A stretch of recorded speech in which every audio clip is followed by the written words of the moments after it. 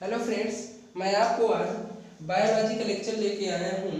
इसमें हम सबसे पहले इसकी इंट्रोडक्शन क्लास करते हैं। तो सबसे पहले हम जानेंगे कि जीव विज्ञान की परिभाषा, जीव विज्ञान के जनक तथा जीव विज्ञान को कितने भागों में हम बांटते हैं। तो आज बात करते हैं जीव विज्ञान के डिफिनेशन से स्टार्ट करते हैं। जीव विज्ञान की वह शाखा, इसकी डिफिनेशन है जीव विज्ञान की वह शाखा जिसका संबंध जीवधारियों के अध्ययन से होता है, जीव विज्ञान कहलाता है। जीव विज्ञान के जनक कौन है? अरस्तु है। कौन है? अरस्तु। जीव विज्ञान को दो भागों में बांटते हैं। पहला है वनस्पति विज्ञान और दूसरा है जीव विज्ञान। वनस्पति विज्ञान को हम बॉटनी कहते हैं और जीव विज्ञान को जूलॉजी कहते हैं। वनस्पति विज्ञान के जनक किन्हें बोला जाता है? थियोफ्रेस्टस को। किन्हें? वनस्पति विज्ञान के जनक थियोफ्रेस्टस है। जंतु विज्ञान के जनक अरस्तु हैं। जंतु विज्ञान के जनक अरस्तु हैं। इनकी एक बुक थी हिस्टोरिया ऑफ, इनकी एक बुक है हिस्टोरिया ऑफ एनिमेलिया और वनस्पति विज्ञान के जनक जो थियोफ्रेस्टस है, इन्होंने अपनी एक बुक लिखी थी जिसका नाम था हिस्टोरिया ऑफ प्लांटेरम।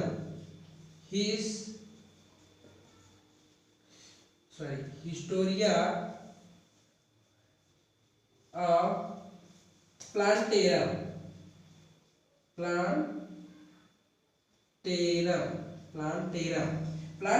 थी। थियोफ्रेस्टस, अरस्तु ने क्या किया था कि 500 प्रजातियों का अध्ययन किया था और इसी अध्ययन में हमें किस में मिलता है? इनकी एक बुक है हिस्टोरिया या एनिमेलिया।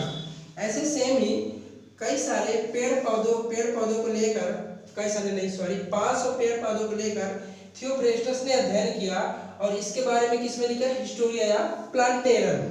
इन्होंने लिखा थियोफ्रेस्टस ने। तो आप लोग समझ गए होंगे कि इसकी डिफिनीशन क्या है, जीव विज्ञान के जनक कौन है और वनस्पति विज्ञान के जनक क्या है, ये आप लोग जान गए होंगे। अब नेक्स्ट बात करते हैं, हम आपको बताते हैं इसमें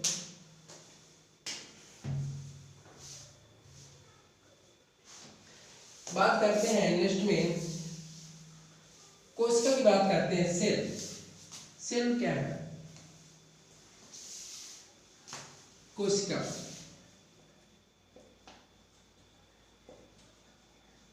जिसे हम क्या बोलते हैं? सेल। कोशिका को बोला जाता है कि हमारे जीवन की संरचनात्मक कार्यात्मक इकाई, मतलब कि structural functional unit of the cell, ऐसे भी हम बोलते हैं। तो इसमें हम बात करते हैं सबसे पहले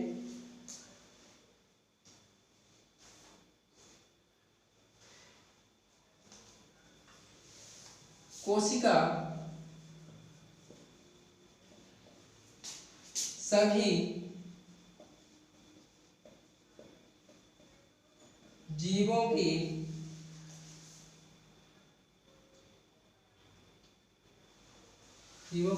आनुवांशिक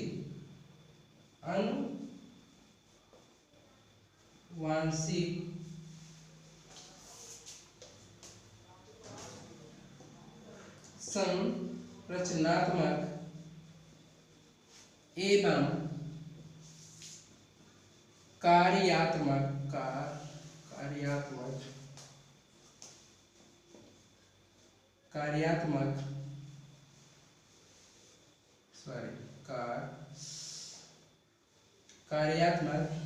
कोशिका सभी जीवों की आनुवांशिक संरचनात्मक एवं कार्यात्मक इकाई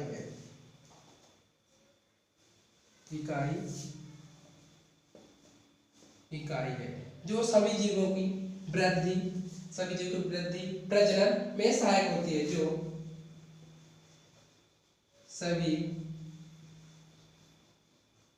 जीवों की वृद्धि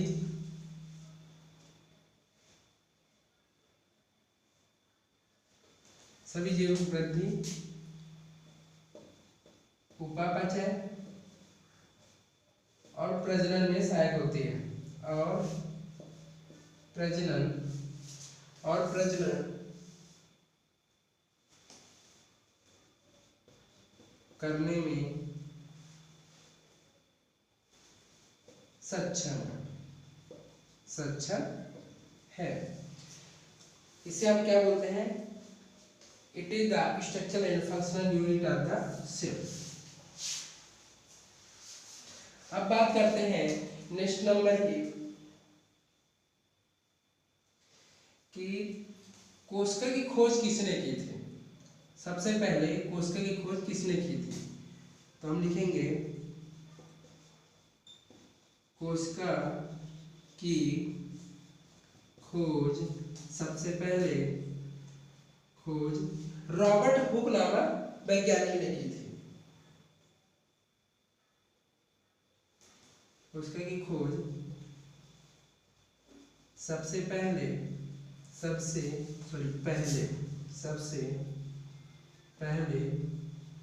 रॉबर्ट हुक नामक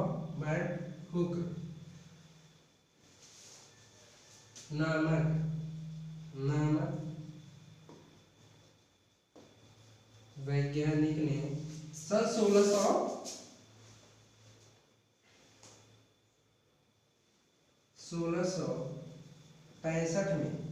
1665 में एक कांच का कॉर्क था। कॉर्क में क्या एक छाल ली थी। कॉर्क में एक छाल ली, जो छाल थी वो कैसे थी? मृत कोशिका, मृत।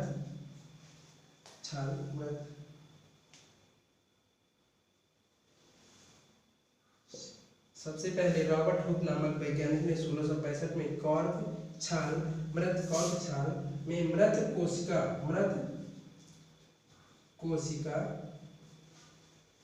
कोशिका की थी। मृत कोशिका की और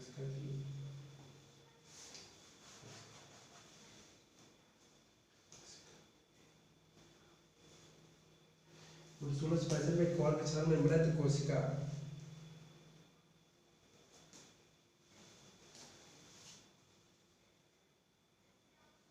किया था।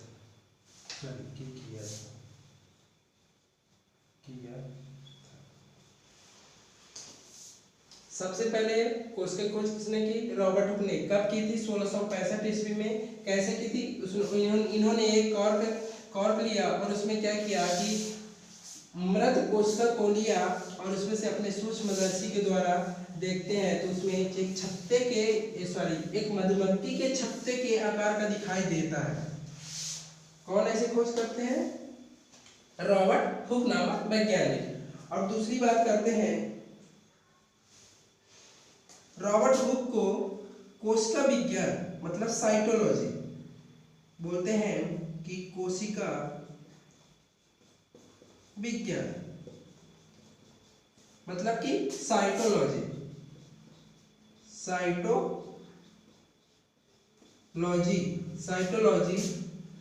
के जनक किन्हें कहा जाता है? रॉबर्ट हुक को ही कहा जाता है। रॉबर्ट हुक कोशिका विज्ञान के जनक कौन है? रॉबर्ट हुक है। ऐसी एक और बात करते हैं,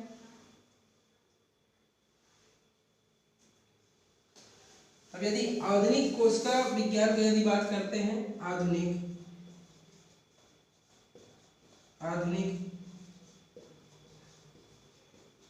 कोशिका विज्ञान के जनक कौन है? A.K. शर्मा। A.K. शर्मा है। A.K. शर्मा समझ गए? कोशिका क्या है? इसकी सबसे पहले खोज किसने की थी? रॉबर्ट हुक ने। रॉबर्ट हुक को क्या बोला? साइटोलॉजी का जनक भी बोला जाता है। और आधुनिक कोशिका विज्ञान के जनक किन्हें बोला जाता है? A.K. शर्मा को। अब इसका हम नेक्स्ट और बात करते हैं,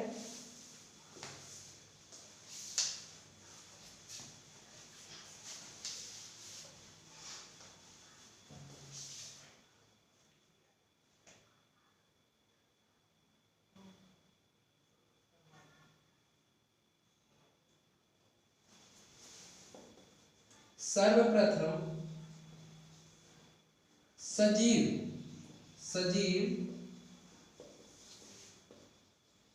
कोशिका की खोज, सर्वप्रथम सजीव कोशिका की खोज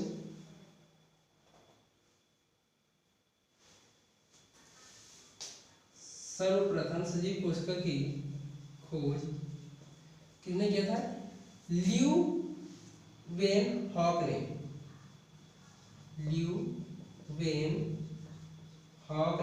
ल्यूवेनहॉक ने सन 1674 में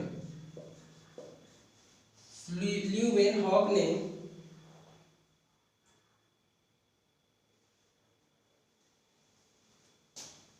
ल्यूवेनहॉक ने 1674 में जीवाणु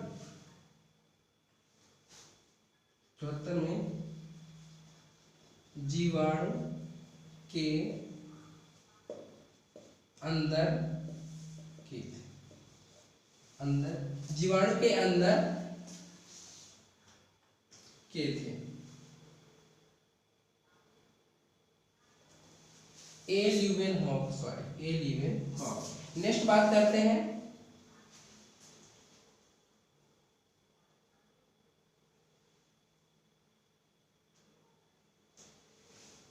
जीवाणु विज्ञान,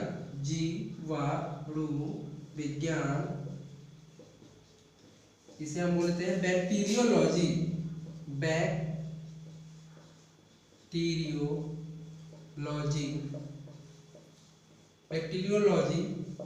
के जनक बैक्टीरियोलॉजी के जनक कौन है? ए ल्यूवेनहॉक को ही कहा जाता है। ए ल्यूवेनहॉक।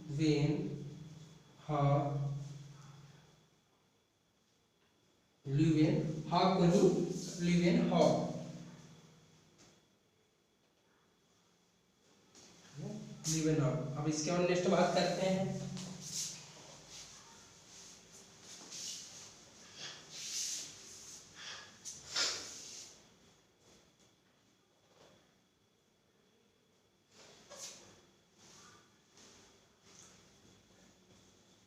कोशिका सिद्धांत का प्रतिपादन। दो जर्मन वैज्ञानिक थे जिनका नाम प्रतिपादन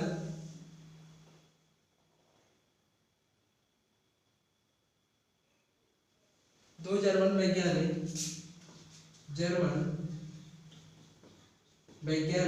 स्वीडन और स्वान थे। कौन थे?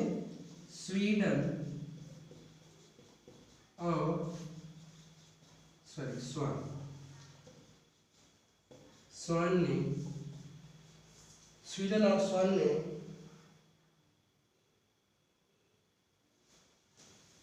1838 से 1839 में किए थे।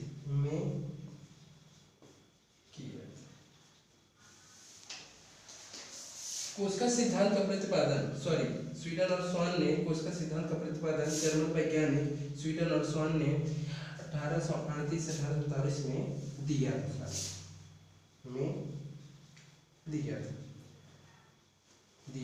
था। अब बात करते हैं सबसे बड़ी कोशिका किसे बोला जाता है? सबसे बड़ी कोशिका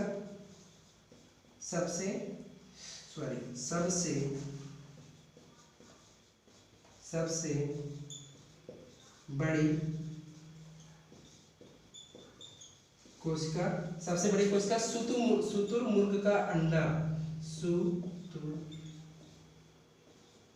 शुतुरमुर्ग का अंडा। ये कितना वजन होता है? यह है 15 से 16 सेंटीमीटर। इसकी क्या होती है? बड़ा होता है। 15 से 16 सेंटीमीटर बड़ा होता है। बात करते हैं सबसे छोटी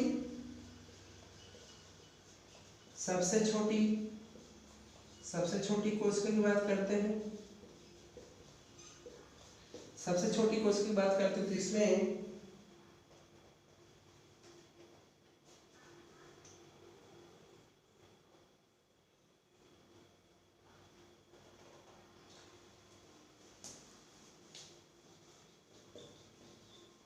मानव के शुक्राणु, मानव का शुक्राणु। यदि मानव की सबसे बड़ी कोशिका, मानव की सबसे बड़ी कोशिका, मानव की सबसे बड़ी कोशिका, सबसे बड़ी कोशिका की बात करते हैं मानव की,